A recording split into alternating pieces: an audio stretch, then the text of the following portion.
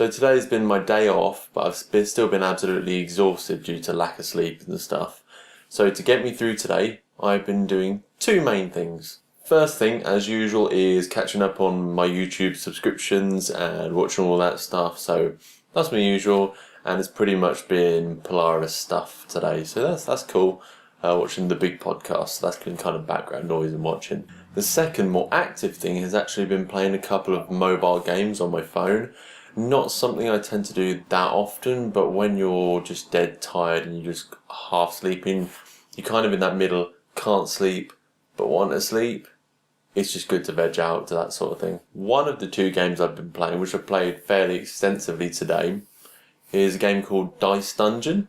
Now, Dice Dungeon is a play on how when you do sort of Dungeons and Dragons D&D type stuff, you roll dice to find out how you've done. The way it uses this in game is it's kind of an 8-bit battles type game, like Pokemon-esque sort of battles. But when you do your battles, you have a certain amount of dice and you roll each dice in sort of rounds. The caveat is if you roll a 1, you automatically sacrifice your turn. To go along with that, there is the risk because you can roll your dice as many times as you want. But of course, if you roll it enough times, you're going to get a 1. Now, there are different kinds of dice you can construct as well in the in-game. It's kind of RPG type style, which can heal you. You can actually have a dice which doesn't let you roll a 1, it's just blank, so you don't lose a turn, but you've still got your primary die, and you can't swap that one. So you're always going to have an element of risk in it. Somehow, I managed to play this game for a few hours on and off. And although it's got the sort of in-app purchase stuff, obviously I haven't bought that, so it's definitely playable without that. And it's good to veg out too. It's obviously quite frustrating that it's not completely based on skill and what you do in it. There is that random element. But I guess that random element introduces a bit more of a rogue factor, so it's not predictable as such, or you don't become OP or anything like that. Also, to go along with the Pokemon-esque theme, you can capture monsters and put them on your own team. So you fight yourself, and you have your monsters on your team. So that's been pretty cool, just vegging out to that. It's good. Like I said, I'm not a heavy mobile player these days, but it's fun to veg out to. It's basic enough, but it's got enough to it to keep me interested. The other game is technically a game I've kind of played before on their website, and it is basically pure evil. And I was enlightened to it by Dale Kingsmill, who does various vlogs on YouTube as well, and has been on Geek and Sundry doing Greek mythology stories and explanations and stuff. So she's very cool, so I'd say check her out. But on her personal vlog stuff, she mentioned this game. She said basically, do not play this game, it will take over your life. So naturally, I went and played it. Do not play this game, it will take over your life. Now that the warning's out of the way, it's called 2048.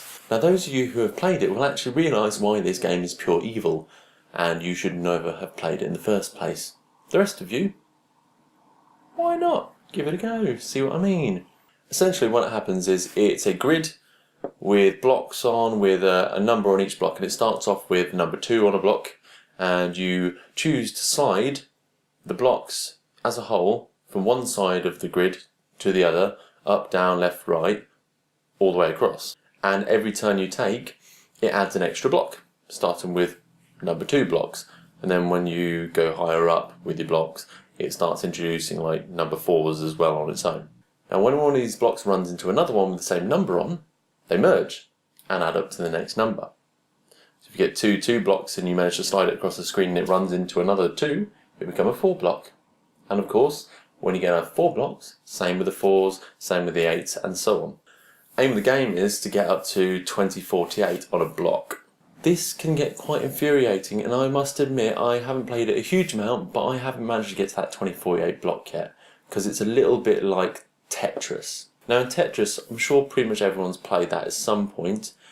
You build up your blocks, you try to get rid of as many as possible, but there is a factor where you end up snowballing slightly, and the closer you get to the top of the screen, the harder it is to clear the blocks, and you just start panicking. You make stupid moves, and then it all goes to hell, and then it crashes and you lose the game. Same sort of theory, basically, sliding these blocks around. but it is extremely addictive just trying to get and see where the numbers are and move them along, because it's not like Tetris where you just get any blocks and as long as you've got a row you're fine. They have to be the same number, and you can't just move one block, you have to move the entire lot of blocks in a direction.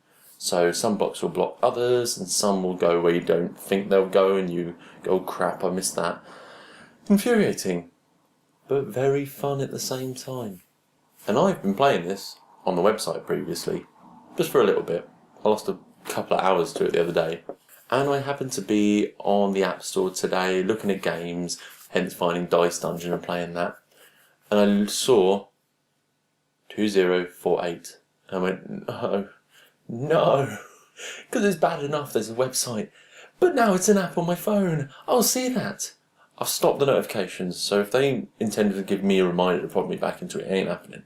But now it's just there, wherever I go. It's not like I can just go to a website. It's on the phone. I can do it anytime. I repeat, do not play that game. So I'm going to go chill out again, have a bath, have an early bedtime, hopefully get some sleep. So yeah, ta-ta.